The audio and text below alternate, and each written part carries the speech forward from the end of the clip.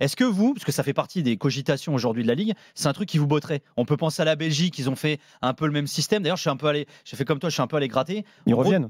depuis 2014, je crois que tu as, en gros, sur 14 éditions, tu as à 6 reprises, l'équipe qui a terminé en tête du championnat régulier n'a pas fini champion. Mais finalement. c'est un peu différent parce que c'est pas vraiment des. En fait, il prend le haut, il divise par deux. Ils divisent par deux, Ouais. un peu comme à l'écossaise, un peu comme à la néerlandaise.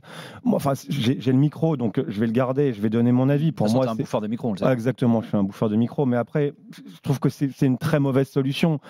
C'est fait pourquoi? Pour annihiler ou pour amoindrir en fait la domination du PSG. Mais pour ce faire, il y a bien d'autres moyens. Le premier moyen, c'est une meilleure répartition des droits télé. Mais il n'y en a plus. Non, mais enfin, une autre répartition des futurs droits télé ou un meilleur partage des droits télé internationaux. On pourrait aussi penser à la mise en place d'un déficit maximum autorisé. Mais tu trouves pas ça excitant des playoffs, toi qui kiffes le championship mais c'est pas des mauvais playoffs. Moi, c'est pas les mêmes playoffs. Moi, si tu me dis, et j'ai regardé tous les playoffs cette semaine d'accession. Ouais, je sais que t'es un malade de si ça. tu me dis, c'est des vrais playoffs d'accession pour accéder à la Ligue 1 ou accéder à la Ligue 2 avec deux montées automatiques, le troisième qui joue contre le sixième, le quatrième contre le cinquième, en demi-aller-retour, et une finale sur un week-end, sur un stade qui sera prédéfini. Tu fais le vendredi l'accession à la N1, le samedi à la N2 et le dimanche à la Ligue 1. Là, très franchement, là, je dis oui. Mais si il y a d'autres moyens d'amoindrir ou d'affaiblir la domination du PSG que de se lancer en fait dans un format qui sera de toute façon complètement différent la Championship parce que déjà l'éloge de la régularité, du mérite est récompensé avec les 2 premières équipes qui sont promues en Première Ligue et après derrière il y a une petite baston entre 3, 4, 5, 6. Exactement. Là si le Paris Saint-Germain comme cette année survole le championnat à 20-25 points de Monaco ou de Marseille et que derrière en fait sur un match simple, ils peuvent annuler tout ça. En fait, c'est la fin des temps, quoi. Parce que moi, je suis désolé, mais en quoi tu vas redonner de l'attractivité? Parce que pour moi, le championnat, en fait, il vaut plus rien. La phase régulière, elle ne vaut plus rien. En fait, la phase régulière, tous les mecs vont regarder les derniers matchs des D'ailleurs, Najib me donne playoffs. l'exemple de ce qui se fait depuis un moment, d'ailleurs, en MLS également, où c'est vrai que tu as, par exemple, il me soufflait l'exemple de l'Inter Miami qui, l'année dernière, survole la phase régulière et qui, en phase de playoffs, se fait éliminer au premier tour et il n'y a plus de champion, quoi. Donc, c'est vrai qu'on peut se demander si c'est juste ou pas, mais... Non, moi, mais même je me pour dis, la Ligue, ils essaient de attractif, trouver un truc pour rendre le truc un peu plus sexe. à la limite, moi, je ferais un Final Four sur l'histoire de la Super Coupe, enfin de la Super Coupe du Trophée des Champions, comme pour la Super Coupe d'Espagne, où là, tu prends les 4 premiers, à la limite, tu prends les 4 premiers, ou je sais pas, ou les 2 coupes et plus, enfin la le coupe. premier, deuxième et les 2 Mais tu fais ça, c'est une compétition parallèle, ce sera pas la Ligue 1, c'est ça. Et puis là, en termes d'attractivité, sur un week-end, ça te fait de la grosse affiche, ça fait des coachs qui, entre guillemets, font progresser les équipes. Voilà, ils ont fait ça avec la Coupe de la Ligue. Ils ont fait un Final Four avec la Coupe de la Ligue. Pour moi, qui n'est pas qualificatif. Pour moi, c'est très bien. Maintenant, il faut respecter cette notion de mérite sur 34 journées. Qui a été le meilleur, qui a montré le plus de choses. Tu vois, il y a d'autres compétitions où on en parlera peut-être à 22h sur est-ce que le Barça est la meilleure équipe de la saison parce qu'ils se sont fait éliminer contre l'Inter, parce que la Ligue des Champions, le fait d'avoir un aller-retour, c'est différent. Mais il faut garder ce côté championnat où le champion, t'es champion parce que t'as été premier de ton championnat.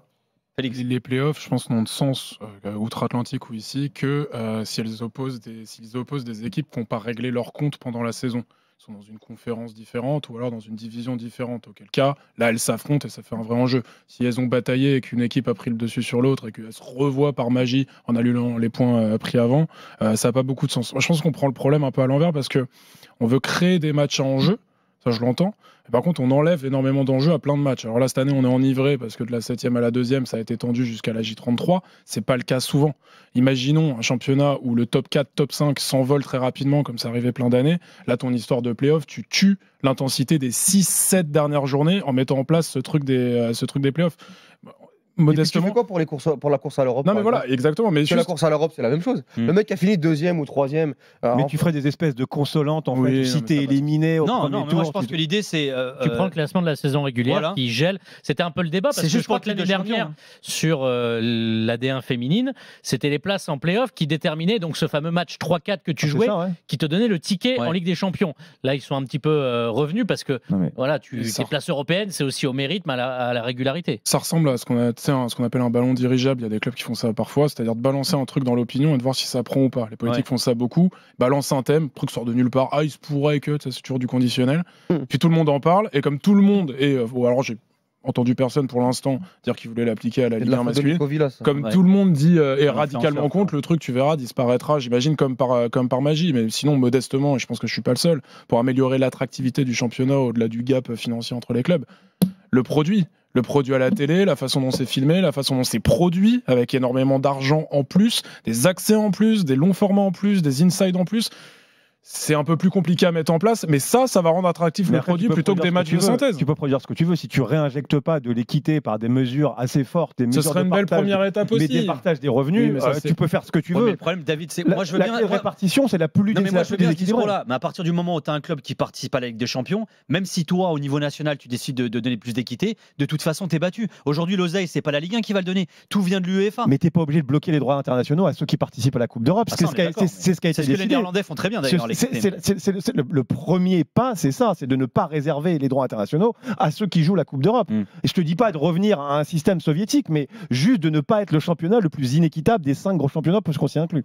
Et moi-même en Ligue 2, hein, tu sais que le côté 3, 4, 5 me dérange. Hein. Parce que pour moi, Metz a terminé 3e, ils doivent jouer le barrage de Ligue 1. Il ne devrait pas y avoir de filet de sécurité à l'allemande, on est d'accord. Avec le 16e contre le 3e. Je suis complètement d'accord. L'histoire du 4-5 est biaisée en plus, parce que le 4-5 doit rejouer derrière le 3, et donc en fait, pour aller en Ligue 1, c'est impossible. Voilà, c'est impossible. 3 matchs en 10 jours pour des effectifs comme ça, comme en Ligue 2, en fait, on essaye d'envoyer une espèce de possibilité, le ticket d'or, tu vois, mais qui se réalisera. Historiquement, c'est pas si déséquilibré que ça, historiquement. Oui, mais finalement, le 3e avec ce match-là, tu le pénalises pour l'aller-retour sur la Ligue 1. Donc, même moi, sur le 3, 4, 5, bon, c'est bien parce que je pense que pour la Ligue 2, jusqu'à la fin, tu dis bon, le 7e, 8e, il a un truc à jouer, il peut aller acheter la 5e. Tu peux les faire avec Championship, Walid, tu peux faire descendre 3 équipes de Ligue 1, 3, 4, 5, 6. Ouais, mais même ça, pour moi, c'est Bundesliga. Pour moi, c'est 16-3, aller-retour, avec l'équipe qui est en Ligue 1, qui reçoit au retour. Pour moi, c'est ça le meilleur. Moi, je trouve pas ça délirant que un 6e des équipes de Ligue 1 soit relégué. Parce que là, franchement, il y a souvent le 16e de Ligue 1 qui est un très mauvais élève et qui n'est pas sanctionné. Il y a 18 équipes déjà. Mais c'est un 6e. C'est rien un 6e. Là, franchement, avec la saison que fait Saint-Etienne, alors Le Havre, ils sont un peu plus méritants, mais moi, ça me dérangerait pas du tout de voir tomber Saint-Etienne. Quand Nantes jouait les barrages, ça me dérangeait pas du tout. Au point de vue de ce qu'ils ont prouvé, je trouve que Metz, bien plus méritant sur la saison sportive, ou Dunkerque, bien plus méritant sur la saison sportive, qu'une équipe comme Saint-Etienne, ou même qu'une équipe comme Reims. C'est relatif, ça, David. Par rapport à l'adversité. Prenez l'exemple de la première ligue féminine. Alors, c'est peut-être un peu tôt pour juger encore et vraiment avoir du recul, mais c'est seulement la 2e saison où ce Final Four il est appliqué. Mais en réalité, l'année dernière, on a eu les mêmes finalistes, le même classement que les 2 années précédentes. Et là, si l'OL gagne ce soir, ça fera 4 années d'affilée qu'on aura Lyon-Paris Saint-Germain. Et globalement, tu as même les 3 mêmes équipes l'année dernière, parce que le PFC s'est fait éliminer par le PSG sur ses playoffs. Donc tu as 3 équipes sur 4. Il y avait Reims l'année dernière et il n'y avait pas Reims cette année qui est relégué. Tu vois. Mais c'est figé le truc de la BRK. Lyon, Lyon ont pris 7 buts cette saison. Ils sont pris 7 buts 92. Les féminines, il n'y a pas des gros problèmes là pour l'an prochain avec beaucoup de. Il y a beaucoup de départs. Il y a la fin de Génie Le Sommer. Non, mais beaucoup de clubs qui vont pas assumer. Financièrement, les clubs professionnels qui lâchent l'affaire.